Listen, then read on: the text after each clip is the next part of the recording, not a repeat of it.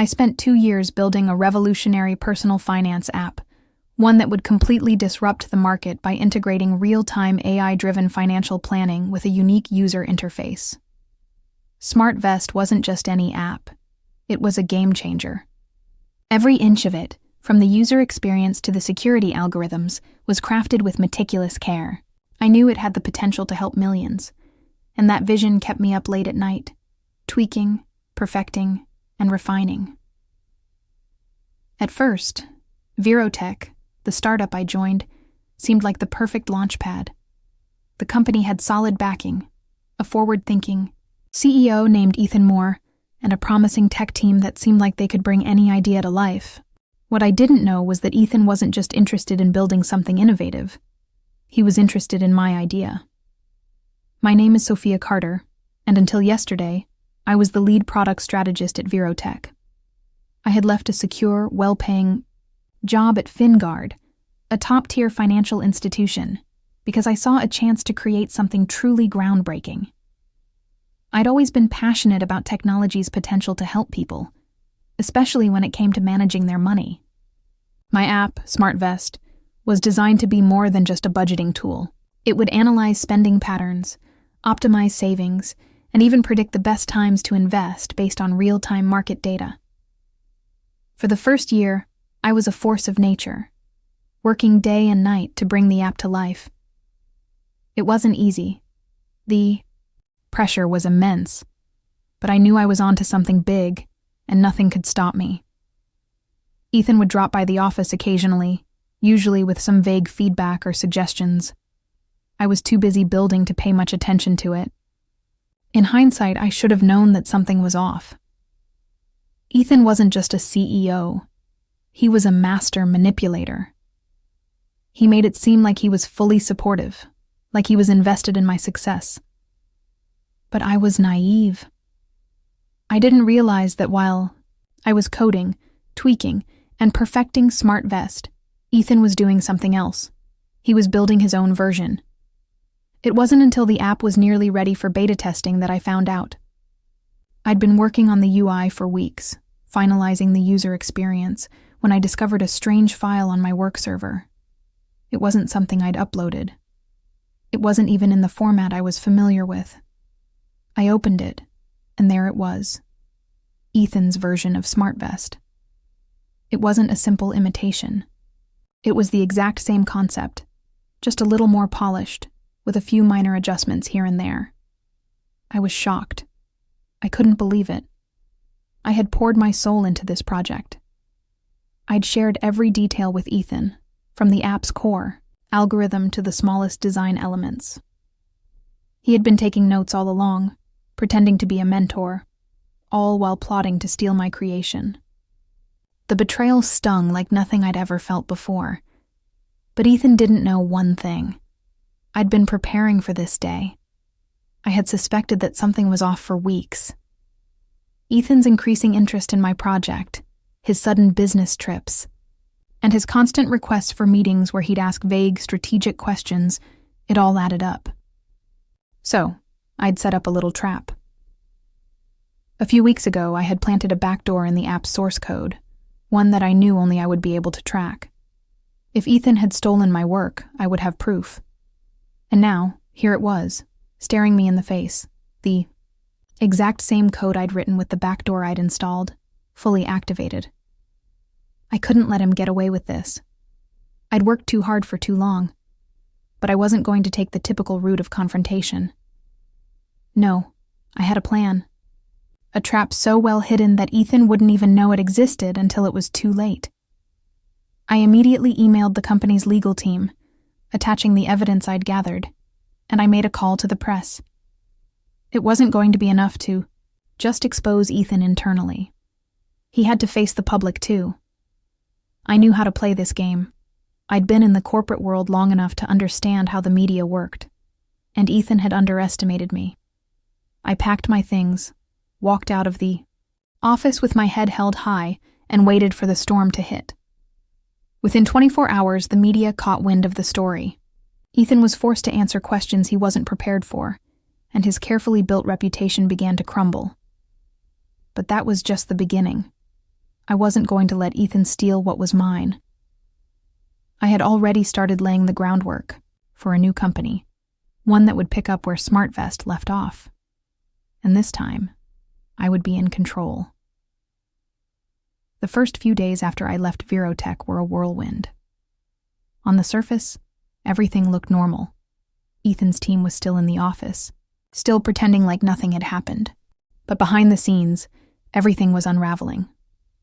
I watched as the media storm began to grow, with new reports surfacing every hour, each one damning Ethan further. The articles were relentless. Tech CEO steals startup idea, betrays employee, Virotech's CEO under fire for plagiarism, and Ethan Moore's shady dealings exposed. Is this the end of Virotech? At first, Ethan tried to play it cool. He went on damage control mode, issuing statements to the press, saying things like, "We are fully committed to the success of SmartVest and are reviewing all claims thoroughly." But I knew better. He was scrambling. His calm facade couldn't hide the panic behind closed doors.